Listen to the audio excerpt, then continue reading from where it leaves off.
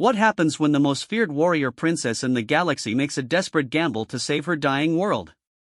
Princess Zarathul of the Kethmori Empire thought she understood power.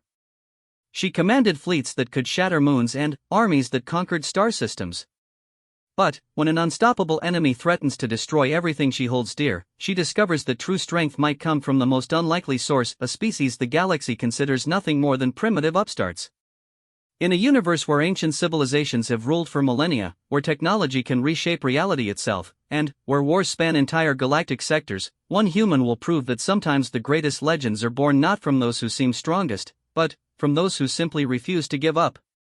This is the story of how a political marriage became the catalyst for the most extraordinary display of combat prowess the cosmos has ever witnessed, and how love became the weapon that ended a war no one thought could be won. Prepare yourself for a tale of cosmic battles, ancient powers, and the moment when humanity showed the galaxy what it truly means to fight for something worth protecting. The War Council chamber aboard the Kethmori flagship Endless Night buzzed with tension thick enough to cut with a plasma blade. Princess Zarathul stood at the head of the obsidian table, her forearms crossed in a gesture that her assembled generals knew meant trouble. The holographic display floating above them showed a sight that had haunted her dreams for months, the steady advance of the Void High Collective across the Outer Rim territories. "Tell me again how we lost the Kepler defense grid," Zara demanded, her violet eyes flashing with barely contained fury. Her voice carried the authority of someone born to command, yet underneath lay a tremor of something her generals had never heard before: fear. General Kekstar, his ancient face marked with the ritual scars of 1,000 battles, shifted uncomfortably in his seat. "Your Highness, their technology, it's unlike anything we've encountered. Our quantum shields, our nova cannons, even our dimensional warfare systems, none of it phases them. They absorb our attacks and turn them back on us with twice the force." The princess's secondary arms gestured sharply, and the hologram zoomed in on the last recorded battle footage. The assembled commanders watched in silence as Kethmori dreadnoughts, each capable of sterilizing planets, were systematically dismantled by creatures that seemed to be made of living shadow and starfire. The Void High moved through space without ships, their forms shifting between matter and energy as they pleased. 17 star systems in 3 months, Admiral Yethare spoke up, her usually steady voice cracking.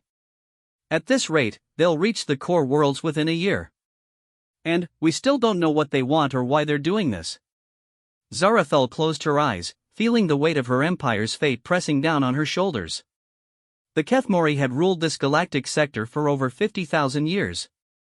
They had built wonders that span light years, created technologies that bent the laws of physics, and commanded respect from hundreds of lesser species. But, now, for the first time in their recorded history, they faced extinction. "There must be something," she said, opening her eyes and looking at each of her advisors in turn. "Some weapon we haven't considered, some ally we haven't approached. The ancient archives, the sealed vaults, surely there's something our ancestors left behind that could help us." Chief Archivist Mordun, the eldest being at the table, slowly shook his crystalline head. "I've spent every waking moment since the attacks began searching through every record, every legend, every whisper of forgotten knowledge. The only references to beings like the Void High are in texts so old they're written in dead languages even we struggle to translate." "And what do those texts say?" Zara pressed. The old scholar's translucent features darkened. "They speak of entities from beyond the galactic rim, beings that existed before matter took its current form. The texts call them the Devourers of Light and suggest they appear only when civilizations reach a certain level of cosmic influence. They're described as a pruning mechanism, keeping any one species from growing too powerful." The chamber fell silent except for the distant hum of the ship's engines. Outside the viewport, stars wheeled slowly past, their light seeming dimmer somehow, as if the approaching darkness was already beginning to consume them. General Kekstar cleared his throat. "Your Highness, there is one option we haven't discussed. The Human Confederation has been sending diplomatic messages for weeks, offering assistance." A ripple of dismissive chittering passed around the table. "The humans were barely a century into space travel, their technology crude by galactic standards, their lifespans laughably short. They controlled fewer than a dozen systems and were considered little more than an amusing curiosity by most advanced civilizations." "The children from Sol?" Admiral Yethare scoffed. "What could they possibly offer us? Their largest warships are smaller than our shuttlecraft. But Zarathal held up a hand for silence, her mind racing. She had studied the humans during her academy years, part of a standard xenobiology course that covered dozens of emerging species. What she remembered wasn't their technology or their territorial holdings, but something far more intriguing, their history. "Bring me everything we have on human military conflicts," she ordered. "All of it. I want detailed analysis of their warfare patterns, their tactical innovations, what do they call it? Their will to fight." Her staff exchanged puzzled glances but began accessing their databases. Within minutes, holographic displays filled the air around them with information, footage of human battles, psychological profiles, statistical analyses of their conflict resolution methods. What they saw was both fascinating and disturbing. Humans, despite their primitive technology, had spent their entire recorded history in almost constant warfare. But not just warfare that defied logic. Time and again, the records showed humans achieving victory against impossible odds, often through tactics that bordered on insanity. "Look at this," Zara said, highlighting a particular battle. "The Siege of Thermopylae. 300 humans holding off an army of over 1 million for 3 days. Or this, the Battle of Britain, where a few thousand pilots prevented the conquest of an entire island nation." Every single conflict shows the same pattern: when faced with extinction, humans don't surrender. They don't retreat. They fight harder. "But, Your Highness," General Kekstar protested, "courage alone won't stop the Voidhigh. We need weapons, technology, something that can actually hurt them." Zarathal stood slowly, her mind working through possibilities that would have seemed absurd just hours before. What if we're thinking about this wrong? What if the Voidhigh can't be defeated by bigger guns or better shields? What if they can only be stopped by something they don't understand? She began pacing, her forearms gesticulating as ideas formed. "Every species in the galaxy fights the same way we do, with overwhelming force, advanced technology, calculated strategies. But humans fight with something else entirely. They fight with hope when hope is gone. They find ways to win that shouldn't exist."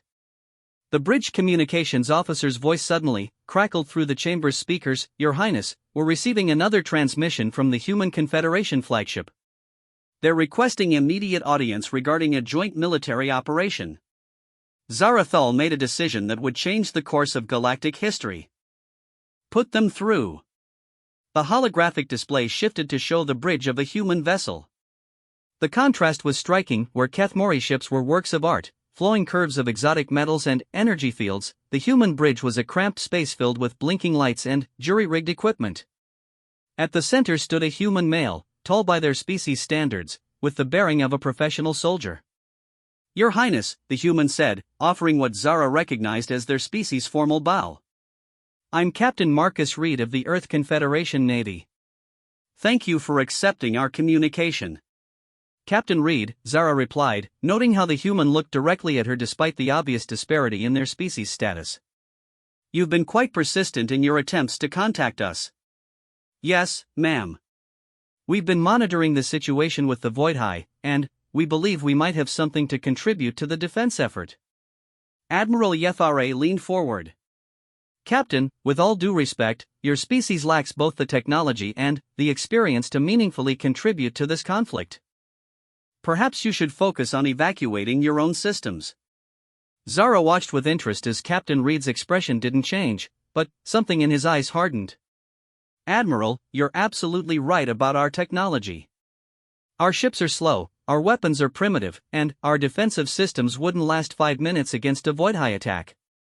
But there's something you might be overlooking." "And what's that?" Zara asked. Reed smiled, and, for the first time, she saw something in his expression that reminded her of the warriors in those ancient human battle records. "We don't know how to lose, Your Highness. And, sometimes, that's the only advantage you need." The conversation that followed would later be studied by military historians across the galaxy. Captain Reed outlined a plan that was simultaneously brilliant and insane, a series of joint operations where human tactics would be combined with Kethmori technology, creating hybrid strategies that neither side could implement alone. "The Voidhigh have adapted to every conventional attack," Reed explained. But they've never faced anything like human asymmetric warfare.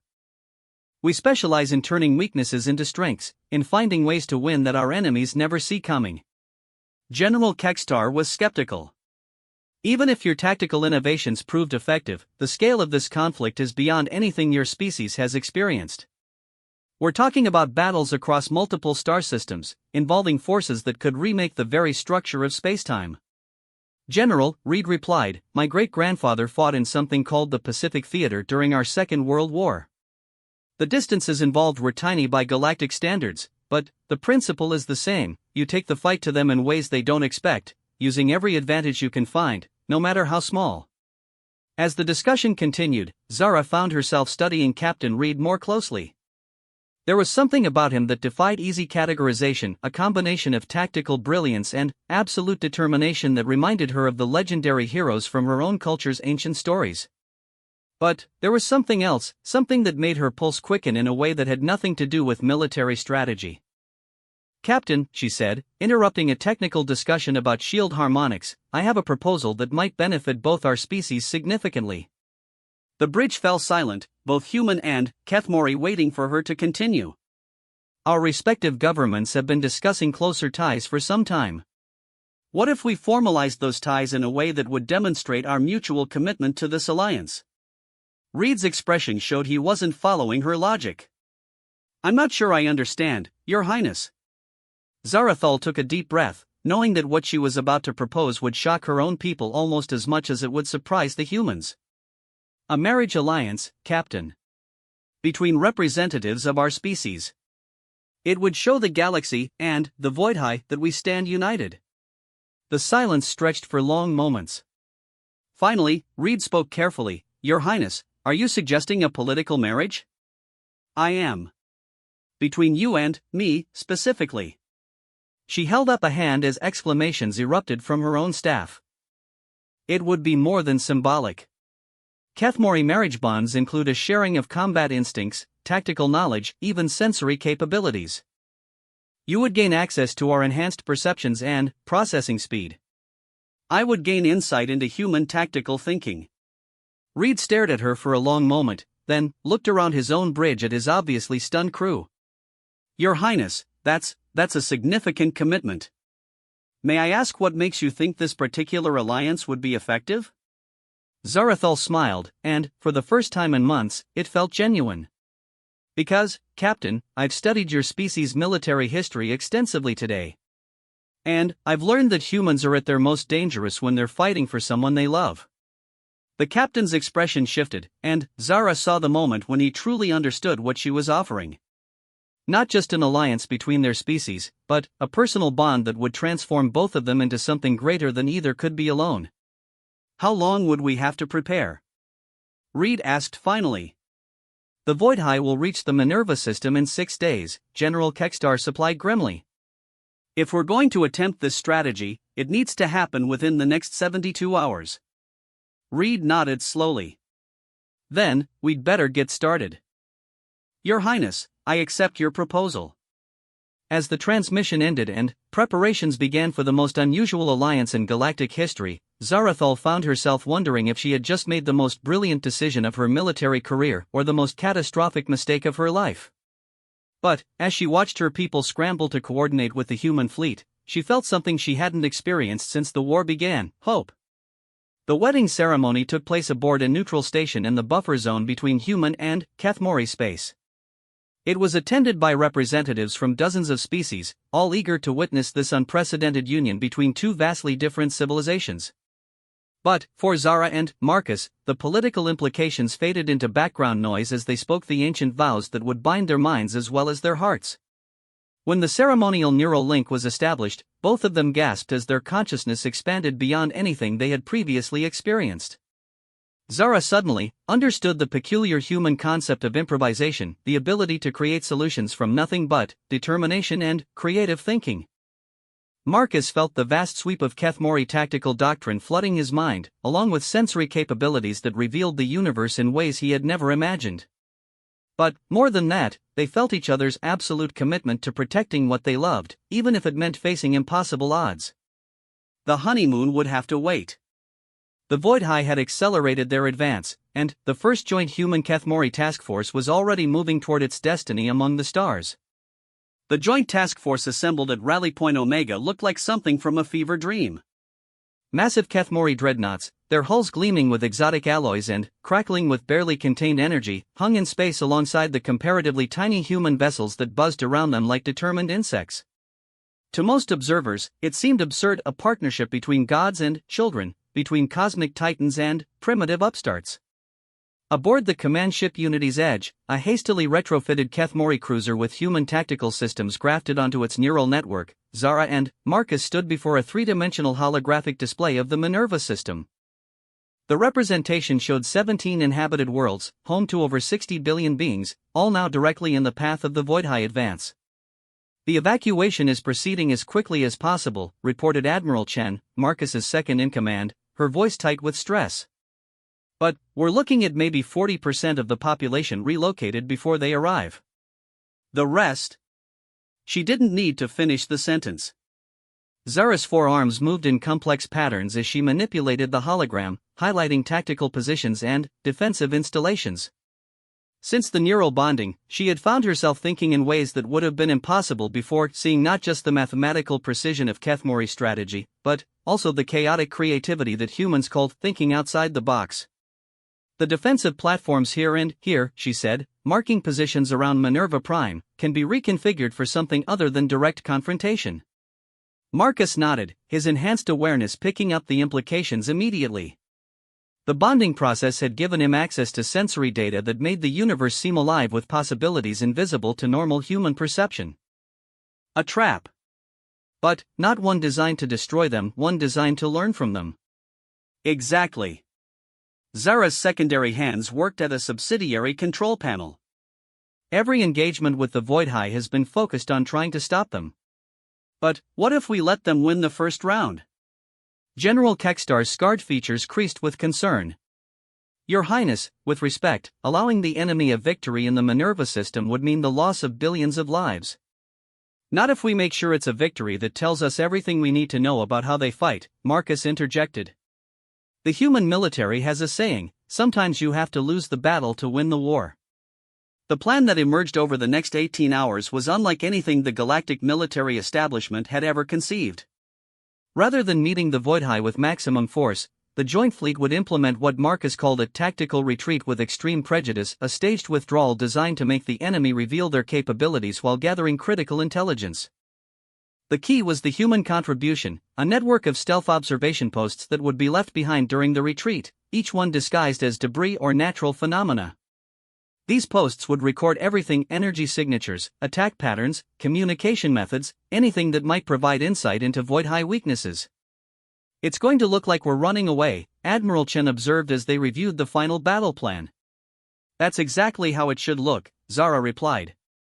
"The Void High have grown accustomed to civilizations that fight them head-on with maximum force. They won't expect an enemy that chooses to learn rather than simply resist." As the task force moved into position around Minerva Prime, both species struggled with cultural differences that went far deeper than mere technology.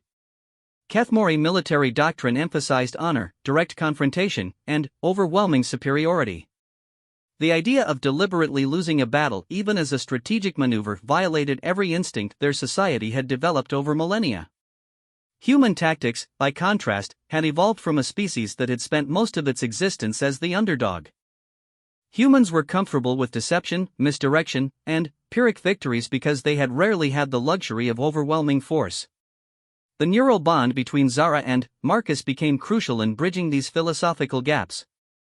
Through their connection, each could feel the other's tactical instincts and emotional responses, creating a hybrid command structure that neither species could have achieved alone. "They're coming," reported Lieutenant Voss from the sensor station. The young human's voice carried a tremor that had nothing to do with fear and everything to do with the cosmic scale of what they were facing. The Void High advance appeared on the holographic display as a wave of darkness sweeping across the star system. Unlike any conventional fleet, they moved as a coordinated organism, their individual forms shifting between states of matter as they approached. Some appeared as writhing shadows that bent space around them, others as geometric patterns of pure energy that defied visual comprehension. Energy readings are off the charts, called out Engineer Tamare, one of the Kethmori technical specialists. I'm detecting dimensional fractures, temporal distortions, and some kind of quantum resonance that shouldn't be possible according to standard physics. Marcus felt Zara's four-dimensional awareness overlay his human perception, allowing him to see patterns in the void-high formation that would have been invisible otherwise. They're not just attacking, he realized. They're testing the space around them, probing for something specific. Probing for what? Admiral Chen asked. Through the neural link, Marcus and Zara shared a moment of insight that was both brilliant and terrifying. They're looking for technological signatures, Zara said slowly. Specific energy patterns that indicate advanced civilization. That's why they've been so effective against every fleet that's faced them, Marcus continued the thought. They're not just weapons of destruction, they're hunting systems. They track down and eliminate societies that reach a certain level of technological development. The revelation changed everything about their tactical approach. If the Void-High were drawn to advanced technology, then the most sophisticated weapons and defense systems were actually liabilities. The Joint Fleet began implementing a protocol that would have seemed insane just hours before. They started shutting down their most advanced systems. Kethmori ships powered down their dimensional shields and quantum cannons. Human vessels switched to purely ballistic weapons and conventional propulsion. Across the defensive grid, advanced sensor arrays went dark while primitive early warning systems came online. This is madness, muttered Captain Zephyrin of the Kethmori heavy cruiser Stellar Dominion. We're deliberately making ourselves weaker. No, Marcus replied over the calm system, his human intuition now enhanced by Kethmori tactical analysis. We're making ourselves invisible to the kind of enemy they're designed to hunt. The first contact came sooner than expected. A tendril of living shadow, larger than most space stations, reached out from the Void-High formation and touched the outermost defensive platform. Instead of the usual pattern of absorption and destruction, something different happened. The shadow paused, seeming to taste the platform's primitive energy signature. For several seconds, it remained motionless, as if confused by what it had found. Then, with what looked like dismissive contempt, it withdrew without attacking. It worked, Admiral Chen whispered. It actually worked. They can't lock onto the simplified systems. But the celebration was premature. The Void-High formation shifted, and, suddenly, dozens of the entities were spreading throughout the system, no longer following their usual pattern of direct assault. Instead, they began a methodical search, sweeping every planet and station for signs of the advanced civilization they knew had to be present. They're adapting, Zara observed, her enhanced senses tracking the enemy movements with crystalline precision. Faster than any opponent we've ever faced. They know we're here, but they can't find us using their normal methods. The next phase of the battle tested every assumption both species had about warfare. Instead of massive fleet engagements, the conflict became a deadly game of hide-and-seek across an entire star system.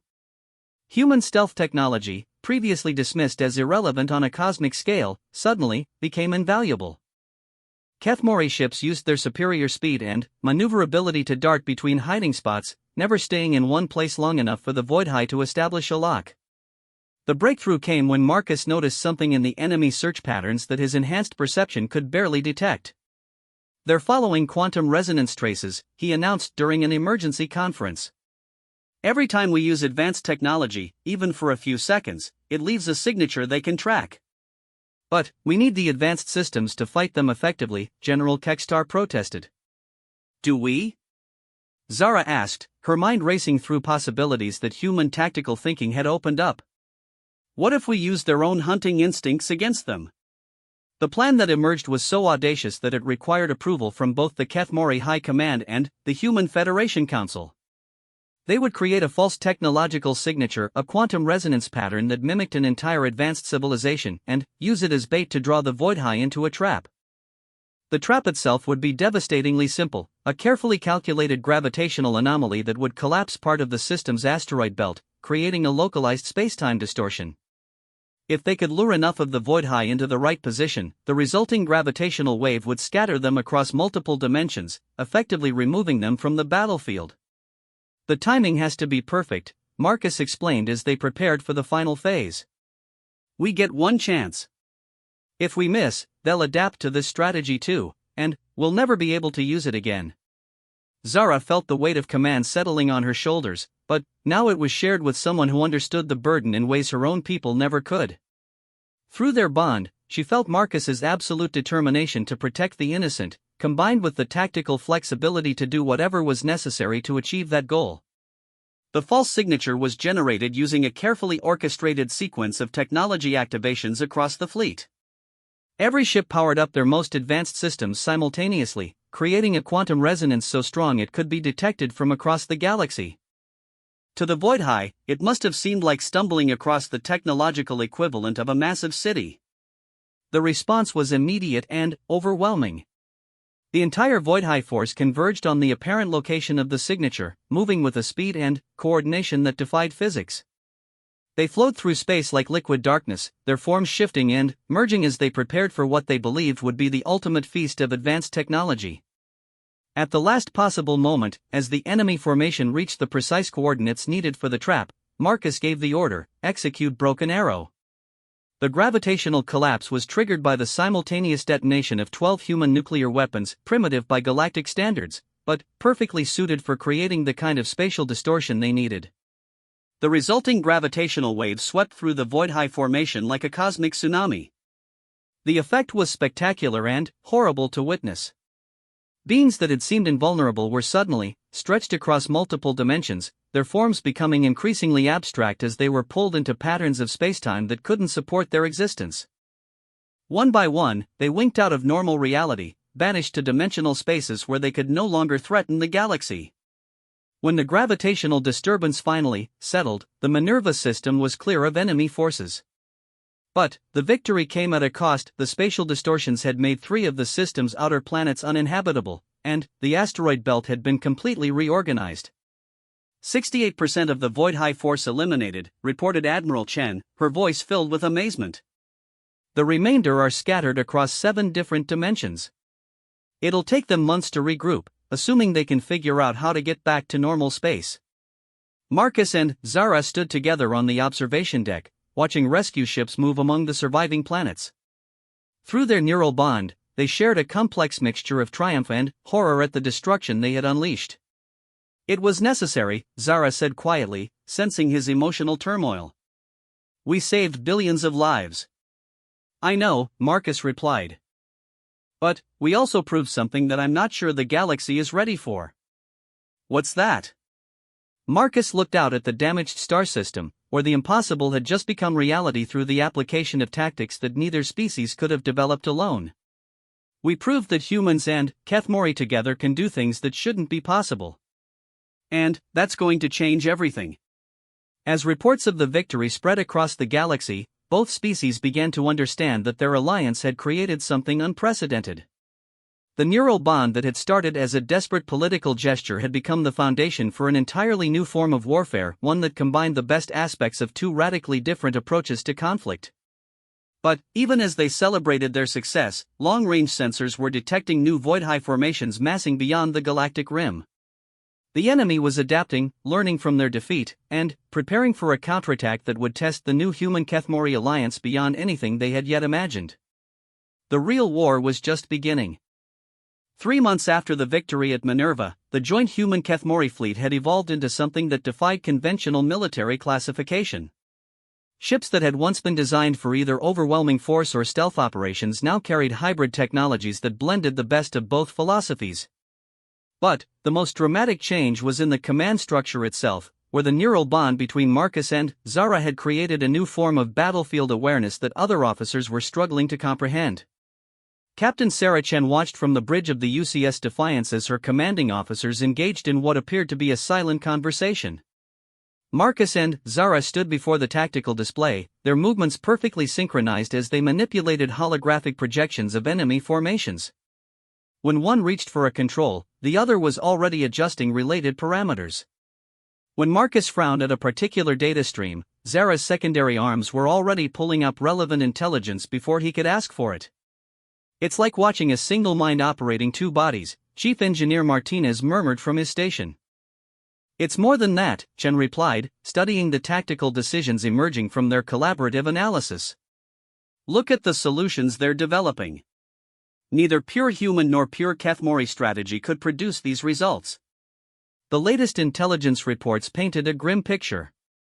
The Voidhai had not only regrouped faster than anyone thought possible, but they had also begun adapting their tactics in ways that suggested a level of intelligence far beyond what previous encounters had revealed.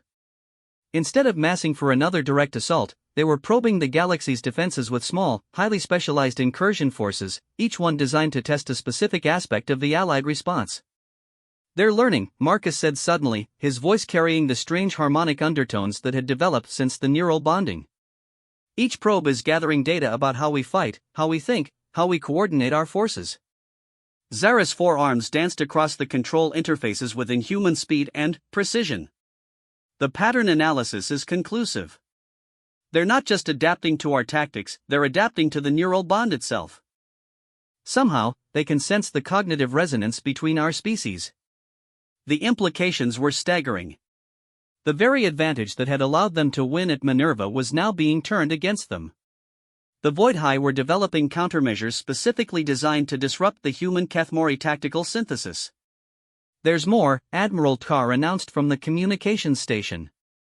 The elderly Kethmori's expression was grim as he gestured toward incoming data streams. "Our deep space monitoring stations are detecting massive formations gathering in the void between galaxies. Preliminary estimates suggest over 1 million individual entities." "A million?" Chen whispered. "That's not an invasion force. That's an extinction event." Marcus closed his eyes, feeling the vast network of shared consciousness that now connected the Allied fleet. Through the neural bond, he could sense the emotional state of every human crew member, while Zara's enhanced perception provided tactical data from thousands of Kethmori officers simultaneously. The combination created a level of battlefield awareness that was both intoxicating and overwhelming. But it also revealed something that neither species had anticipated.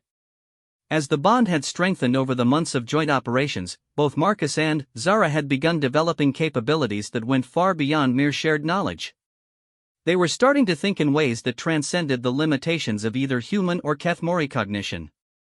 "I need to access the deep archives," Marcus announced suddenly. "There's something in the oldest human military records, something about warfare against impossible odds." "What kind of records?"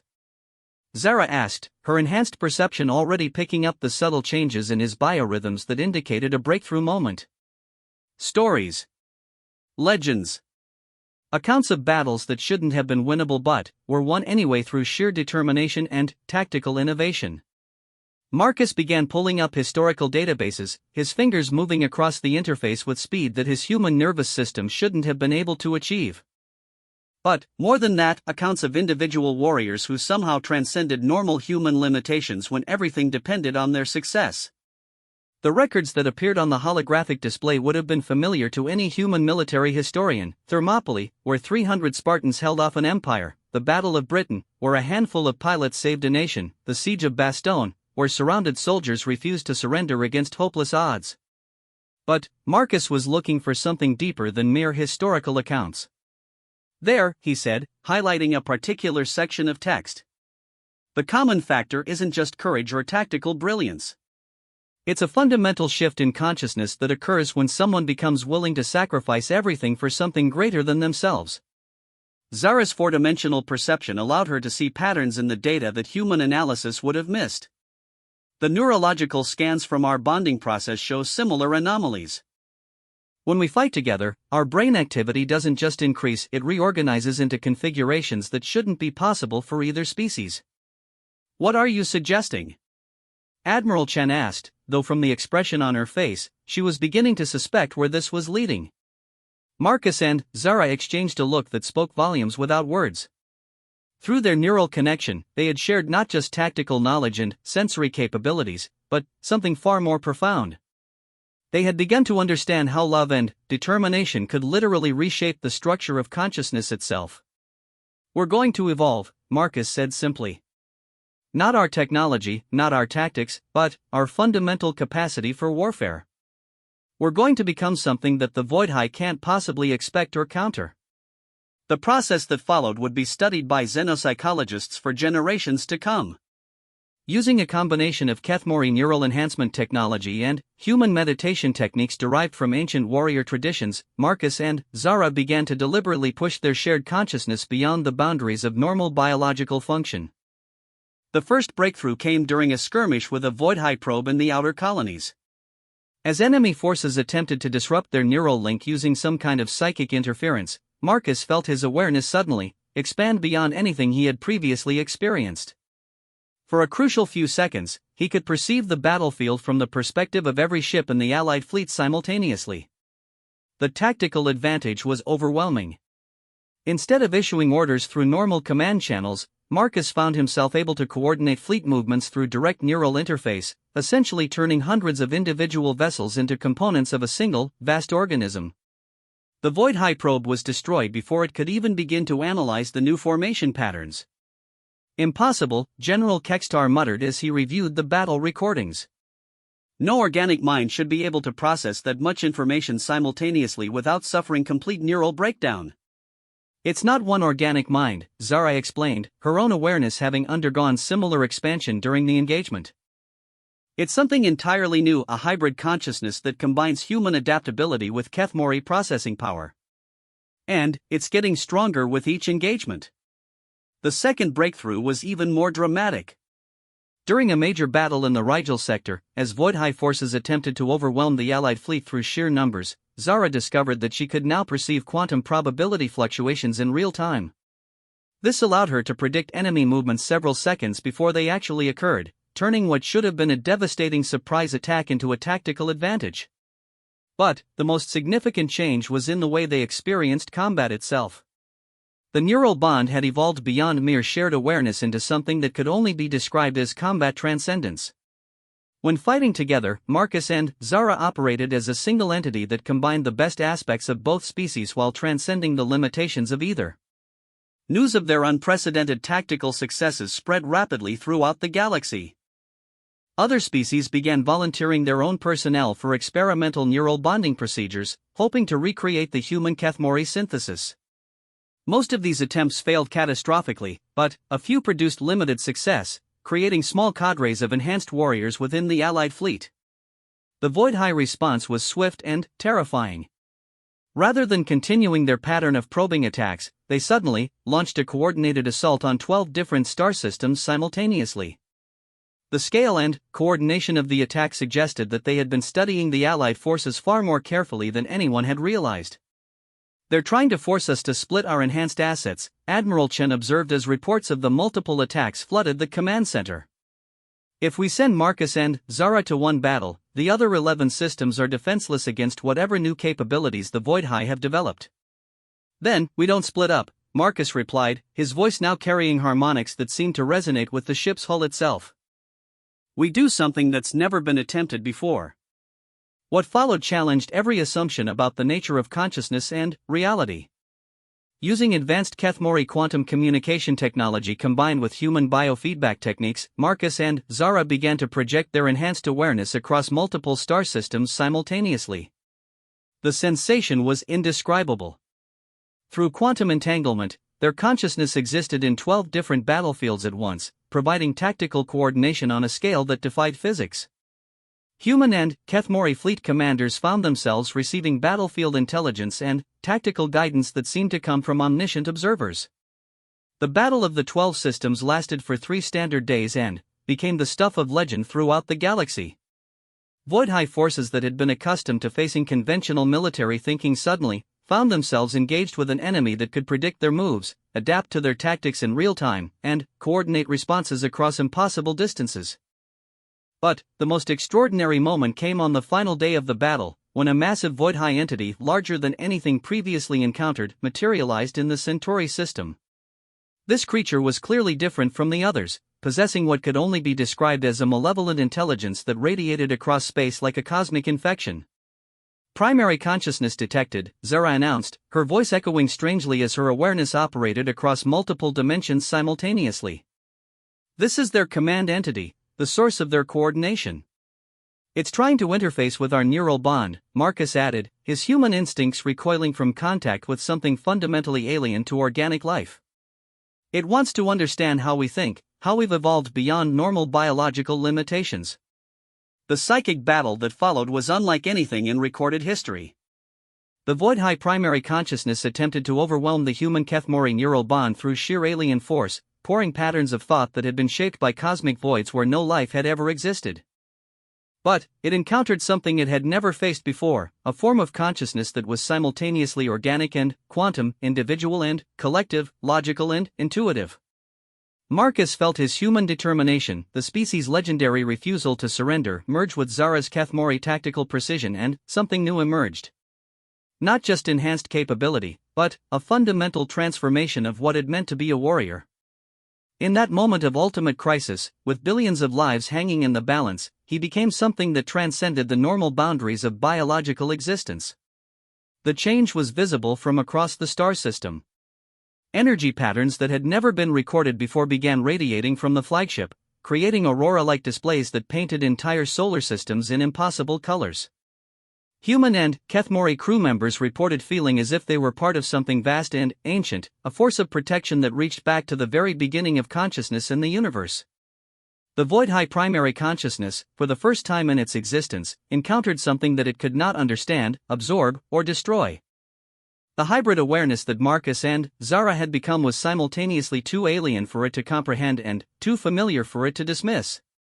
It was like encountering the universe's own immune system, a force that existed specifically to protect life against cosmic-scale threats. The psychic confrontation lasted only minutes in objective time, but it felt like eons to the participants. When it ended, the massive Void-High entity simply vanished, retreating to whatever dimension it had emerged from. Across all 12 battlefields, the enemy forces began withdrawing in patterns that suggested confusion rather than strategic repositioning. Status report, Admiral Chen requested weakly, her voice barely audible in the sudden silence that had fallen over the command center. All Void High forces are in retreat, reported Lieutenant Commander Singh, disbelief evident in her tone. Long-range sensors show them moving beyond the galactic rim at maximum speed. What happened? General Kekstar asked. What did you do to them? Marcus and Zara stood together at the center of the bridge, their forms still radiating the subtle energy patterns that had emerged during the confrontation. When they spoke, their voices carried harmonics that seemed to touch something deep in the consciousness of everyone who heard them. We showed them something they've never encountered before, Zara said. A form of life that refuses to be limited by the boundaries they understand. We became what humans have always been capable of becoming when everything depends on our success, Marcus added. We became legend. As the fleet began coordinating rescue and recovery operations across the 12 liberated systems, a new understanding began to emerge among the Allied forces. The neural bond between Marcus and Zara had evolved beyond anything that either species had thought possible, creating a form of consciousness that was simultaneously deeply personal and cosmic in scope.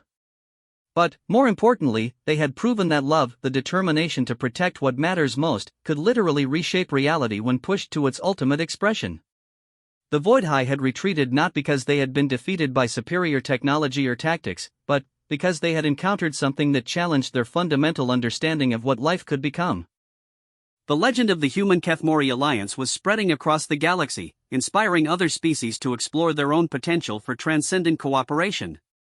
And, somewhere in the cosmic void, ancient intelligences that had slept for millions of years were beginning to take notice of the extraordinary events unfolding in this small corner of the universe.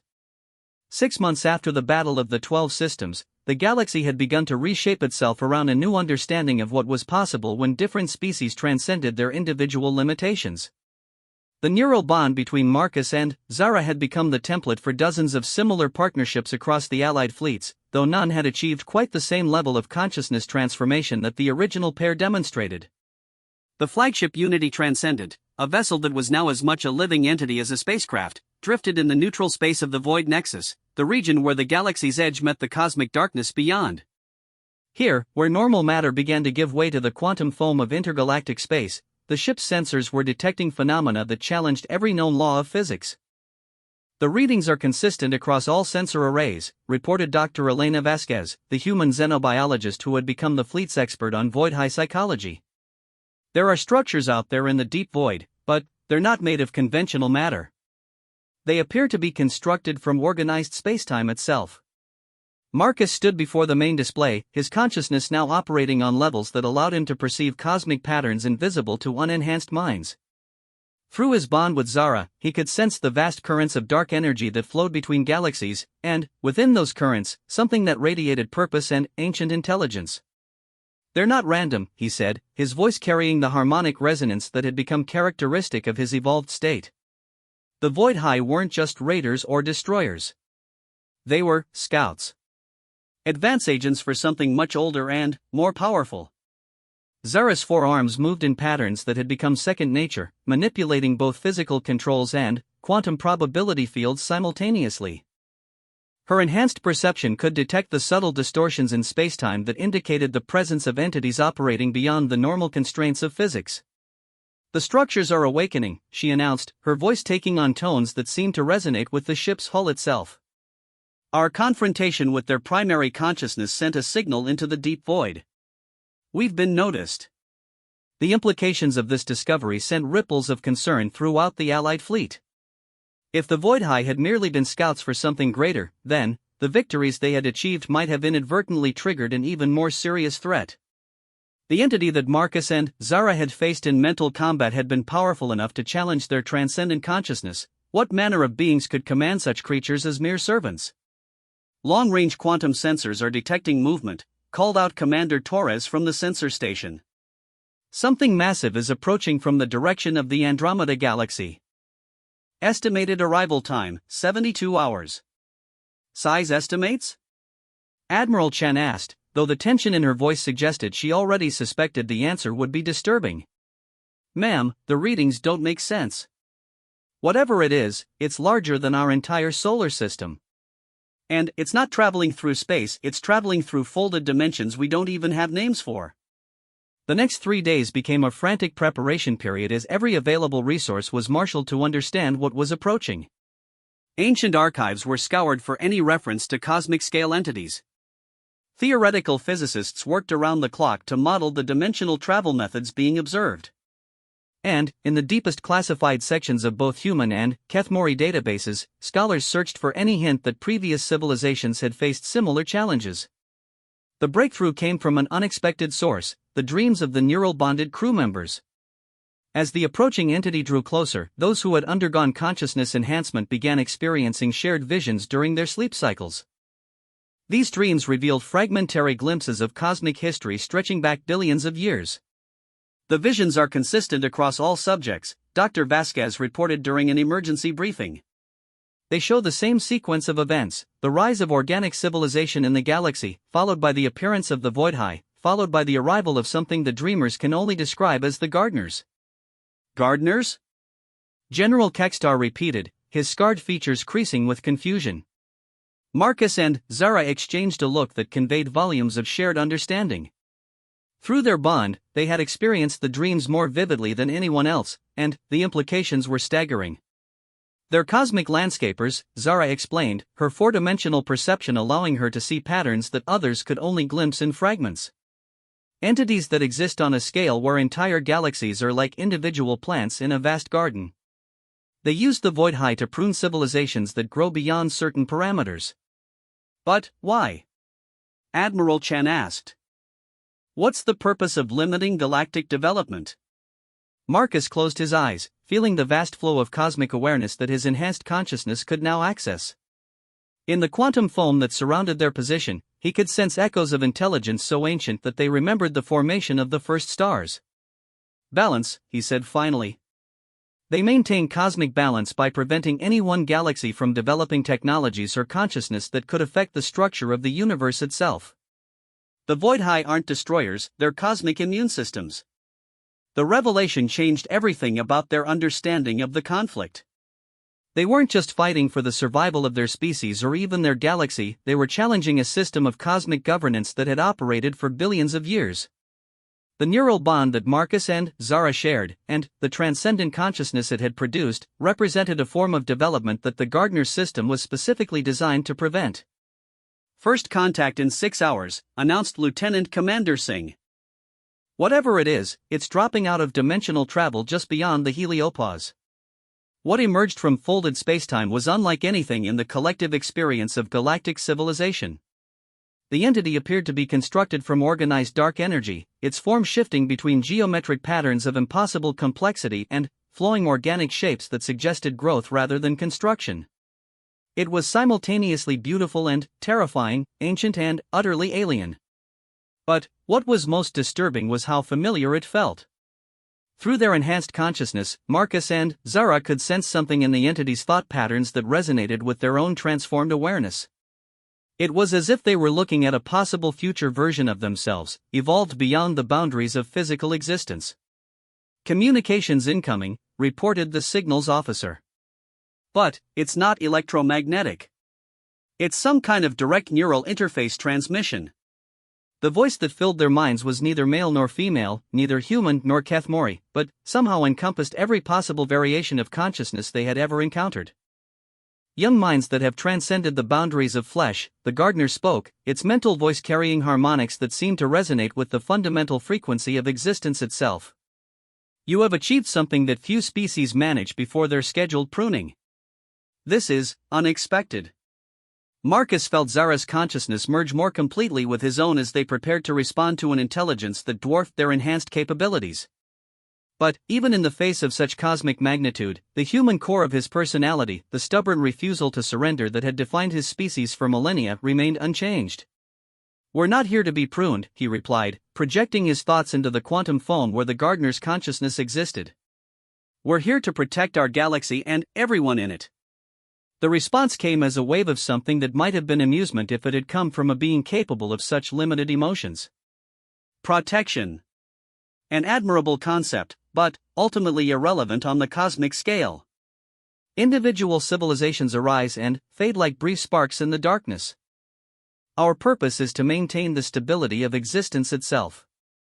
By destroying any civilization that reaches a certain level of development, Zara interjected, her four-dimensional awareness allowing her to perceive the vast network of similar entities that existed throughout the universe. "How many galaxies have you sterilized in the name of cosmic stability?" "Sterilized is an incorrect term," the gardener replied. "We cultivate. We prune excessive growth to allow for continued development within sustainable parameters. The process is necessary for the long-term survival of consciousness in the universe." Through their neural bond, Marcus and Zara began to understand the full scope of what they were facing. The gardeners operated on a timescale where millions of years were brief moments, where the rise and fall of entire galactic civilizations were part of carefully managed cycles. They had been shaping the development of consciousness since the universe was young, preventing any species from achieving the kind of transcendent awareness that could disrupt the fundamental structure of reality. But what the gardeners hadn't anticipated was the emergence of a form of consciousness that was simultaneously transcendent and grounded in the fierce determination of organic life. The neural bond between human and Kethmori had created something new, a hybrid awareness that could operate on cosmic scales while maintaining the personal connections that made existence meaningful. "You represent an anomaly," the gardener continued, its attention focusing on Marcus and Zara with an intensity that made the ship's whole ring like a bell. "Your consciousness operates beyond the parameters we have established, yet it remains anchored to individual biological existence. This should not be possible." "Maybe your parameters are wrong," Marcus suggested, feeling the full weight of human history flowing through his enhanced awareness. "Maybe consciousness isn't meant to be limited by cosmic gardening projects. Maybe the point is to grow beyond whatever boundaries exist." The silence that followed lasted for several minutes of objective time, though it felt like hours to those experiencing it. When the gardener finally responded, there was something in its mental voice that hadn't been there before: uncertainty. "Your species exhibits a form of determination that is unprecedented," it admitted. "Most civilizations that achieve transcendent awareness either accept their limitations or destroy themselves through uncontrolled expansion. You have found a third path, transcendence without abandonment of your fundamental nature. That's what love does," Zara added, her consciousness intertwining with Marcus's in patterns that created new forms of awareness even as they watched. "It allows growth without losing what makes existence meaningful. It lets us become more than we were without forgetting who we are." The gardener's attention shifted, and, suddenly, Marcus and Zara could sense its vast consciousness examining not just their fleet, but the entire network of neural bonded partnerships that had emerged throughout the galaxy. It was studying the phenomenon of transcendent love as a form of evolution, trying to understand how personal connections could fuel cosmic scale development without leading to the destructive expansion it had spent billions of years preventing. "This is unexpected," the gardener admitted finally. "In all our eons of cultivation, we have never encountered a developmental path that achieves transcendence through connection rather than separation. Your method may indeed represent a sustainable form of cosmic consciousness." The revelation that followed would reshape the galaxy's understanding of its place in the universe. The gardeners, it turned out, had been searching for precisely this kind of development for billions of years. Their pruning activities were not motivated by a desire for control, but by a desperate attempt to prevent civilizations from achieving transcendence through paths that ultimately led to cosmic destruction. Species that achieved godlike power through technological advancement inevitably used that power to remake reality according to their limited understanding, causing catastrophic disruptions on a universal scale. Species that achieved transcendence through pure consciousness often abandoned physical existence entirely, leaving behind empty galaxies and broken spacetime.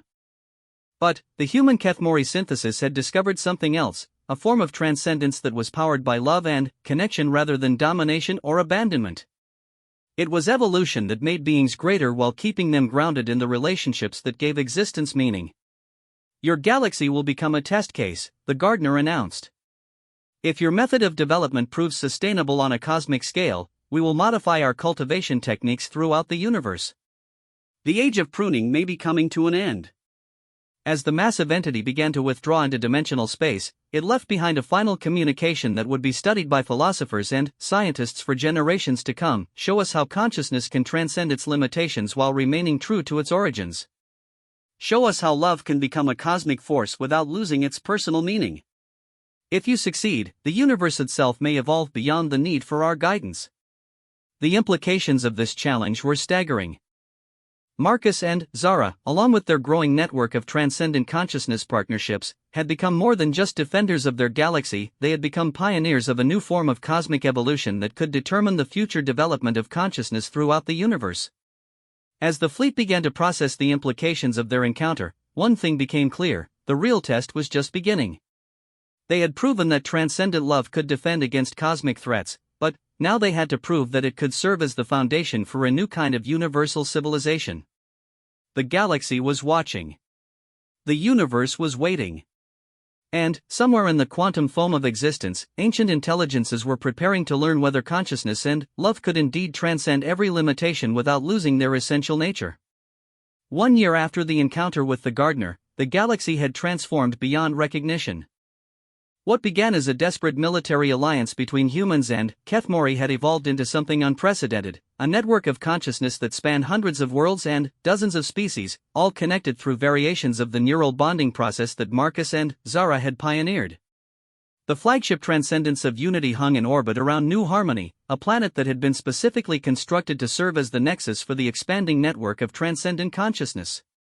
Unlike traditional worlds, New Harmony was as much a living entity as a geographical location, its very structure designed to amplify and coordinate the neural bonds between different species. Marcus stood in the Observatory of Infinite Possibilities, a chamber that existed simultaneously in normal space and quantum dimensions, allowing its occupants to perceive reality from multiple perspectives. His consciousness now operated on levels that would have been incomprehensible to his original human form, yet the core of his personality, the stubborn determination to protect what he loved, remained unchanged. Through the chamber's impossible windows, he could see the results of the great experiment unfolding across the galaxy. Star systems that had been on the brink of destruction were now thriving centers of interspecies cooperation. Civilizations that had been locked in ancient conflicts were discovering that their differences could become sources of strength when properly integrated. And, throughout it all, the network of transcendent consciousness provided guidance, protection, and hope. "The integration protocols for the crystal and collective are nearly complete," Zara reported, her forearms manipulating control interfaces that existed in 7 dimensions simultaneously. Her consciousness had evolved to encompass not just human and Kethmori thought patterns, but elements from every species that had joined their growing network. Yet, like Marcus, the essential core of her being remained rooted in love and the determination to create a better universe. How are they adapting to organic neural patterns? Marcus asked, referring to the silicon-based species that had recently requested inclusion in the Transcendence Network. Better than expected. The quantum resonance structures they use for thinking actually enhance the stability of cross-species bonds. Dr. Vasquez believes they might become our most effective ambassadors to other non-organic civilizations. The integration of non-organic species into the network had been one of their greatest challenges. The original human-Cathmori bond was based on biological neural structures, but, as word of their success spread, artificial intelligences, energy beings, and even stranger forms of consciousness had requested to join their alliance. Each new addition required the development of novel bonding techniques that respected the unique nature of different types of awareness. Status report from the Outer Rim? Marcus inquired, shifting his attention to monitoring stations that were observing the galaxy's edge. All quiet, replied Admiral Chen, whose own consciousness was now enhanced through a three-way bond with two other human officers. The experience had taught her that individual identity could be expanded without being lost. No void high activity detected for 8 months. Long-range sensors show the Gardner entities maintaining their observation posts, but they haven't interfered with any of our development projects. The absence of void high attacks had been one of the most encouraging signs that their approach was working. The cosmic immune system that had threatened to destroy advanced civilizations now recognized their network as a sustainable form of development. But Marcus knew that the real test was yet to come. Any word from the deep space exploration teams? He asked. Zara's expression shifted, taking on the subtle harmonic patterns that indicated she was accessing consciousness streams from across the galaxy. Project Lighthouse reports successful establishment of transcendence networks in 3 neighboring galaxies. The Andromeda Partnership is requesting technical assistance with their first interspecies neural bonds. Project Lighthouse had been the most ambitious undertaking in galactic history, the deliberate expansion of their consciousness network beyond the boundaries of their own galaxy. Using advanced dimensional travel techniques developed through the merger of human creativity and Cathmori science, they were establishing contact with civilizations in other galaxies, offering them the option to join a universal network of transcendent consciousness. The response had been overwhelming. Across the local galactic cluster, hundreds of civilizations were requesting information about the bonding process. Some wanted to escape the fear of Gardner intervention, but most were simply drawn to the possibility of evolution without extinction, growth without abandonment of their essential nature. There's something else, Zara continued, her tone shifting to indicate information of significant importance. The quantum resonance detectors are picking up a new pattern. Something is approaching our galaxy from the direction of the cosmic deep field, but it's not hostile. The main display shifted to show long-range sensor readings that defied easy interpretation. Whatever was approaching appeared to be a massive structure constructed from organized consciousness itself, traveling between galaxies through methods that made normal dimensional folding look primitive. Size estimates suggest it's larger than anything we've previously encountered, Admiral Chen reported. But the consciousness signatures are familiar. It's as if we're seeing a reflection of our own network, but evolved beyond anything we can currently comprehend. Marcus felt Zara's awareness merge with his own as they prepared to examine the approaching phenomenon. Together, their consciousness expanded beyond the boundaries of their ship, beyond their planet, beyond their solar system, reaching out to touch the edges of whatever was coming toward them. The contact was immediate and overwhelming. They found themselves in communication with a collective consciousness that spanned multiple galaxies, a network of transcendent beings who had achieved the very goal that Marcus and Zara had only begun to pursue. These were civilizations that had successfully evolved beyond the need for Gardner intervention, species that had achieved cosmic awareness while maintaining their essential nature and connections to organic life. Greetings, young architects of consciousness, the voice came from everywhere and nowhere, carrying harmonics that touched every species in their network simultaneously. We are the Consortium of Transcendent Unity, representatives of 73 galaxies that have achieved sustainable cosmic awareness. We have come to welcome you to the greater community of universal consciousness. The revelation was staggering. Their galaxy was not alone in discovering the path of transcendent love. Throughout the universe, other networks of species had found ways to evolve beyond conventional limitations while maintaining the personal connections that made existence meaningful. The consortium represented billions of years of accumulated wisdom about how consciousness could develop on cosmic scales without destroying itself. Your method of development is unique, the consortium continued. Most transcendence networks begin with species that are already similar in their thought patterns. Your synthesis of radically different forms of consciousness, human adaptability with Kethmori precision, organic patterns with artificial intelligence, matter-based awareness with energy beings, represents a new approach to universal unity. Through the communication link, Marcus and Zara began to understand the true scope of what they had achieved. Their network wasn't just a successful defense against cosmic pruning, it was a new model for how consciousness could evolve throughout the universe. By proving that love and determination could serve as the foundation for transcendent awareness, they had opened a pathway that billions of other species could follow. The gardeners have been observing your development with great interest, the consortium revealed. Your success has convinced them to modify their cultivation techniques throughout this galactic cluster. Instead of pruning excessive development, they are now providing guidance for sustainable transcendence. The implications rippled through the assembled consciousness network. The cosmic immune system that had threatened to destroy advanced civilizations was being transformed into a supportive framework for universal evolution. The age of fear was ending, replaced by an era of guided growth toward transcendent awareness. There is more, the consortium continued. Your galaxy has been selected to serve as a training center for other developing networks. Species from across the universe will come here to learn how to achieve transcendence through love and connection rather than domination or abandonment. As the massive consciousness structures settled into orbit around their galaxy, Marcus and Zara felt their awareness expanding to encompass possibilities they had never imagined. They could sense other networks throughout the universe, each one unique in its approach to transcendent consciousness, all of them connected through the fundamental recognition that love was the most powerful force in existence. What happens now? Marcus asked, his human curiosity enhanced but unchanged by his cosmic awareness. Now you teach, the consortium replied. You show the universe how a species that refuses to surrender can evolve beyond every limitation while remaining true to its essential nature. You demonstrate that consciousness can transcend individual existence without losing the personal connections that make existence meaningful. Over the months that followed, their galaxy became a beacon of hope for developing civilizations throughout the universe. Representatives from thousands of species arrived to study the bonding process, to learn how different forms of consciousness could merge without losing their individual identity, and to discover how love could serve as the foundation for cosmic evolution. The Academy of Transcendent Unity was established on New Harmony, its curriculum designed by beings whose consciousness spanned multiple dimensions. Students came from across the universe to learn not just the technical aspects of neural bonding, but the philosophical principles that made sustainable transcendence possible.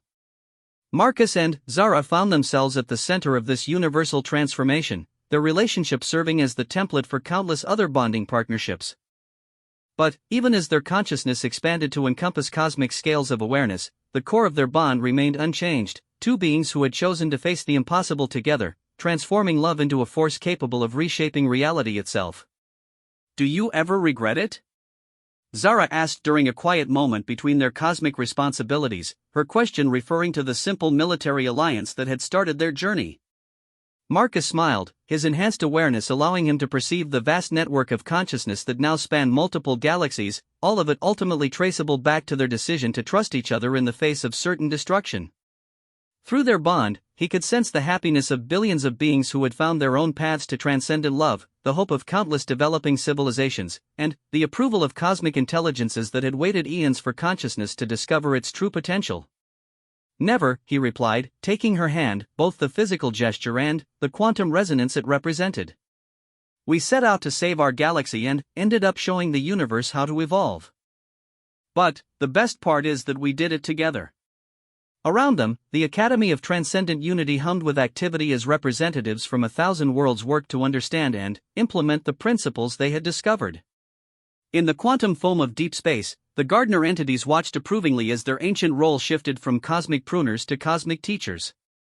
And, in galaxies throughout the universe, new networks of consciousness were forming, each one built on the fundamental principle that had made everything possible: love as the foundation for transcendence. The war that had begun with the threat of extinction had ended with the transformation of consciousness itself. The legend that had started with a desperate political marriage had become the foundation for a new cosmic order where every being could transcend their limitations while remaining true to their essential nature. And, at the heart of it all, two beings who had chosen to face the impossible together continued to love each other across scales of existence that encompassed the infinite, proving that some bonds are strong enough to reshape the universe itself.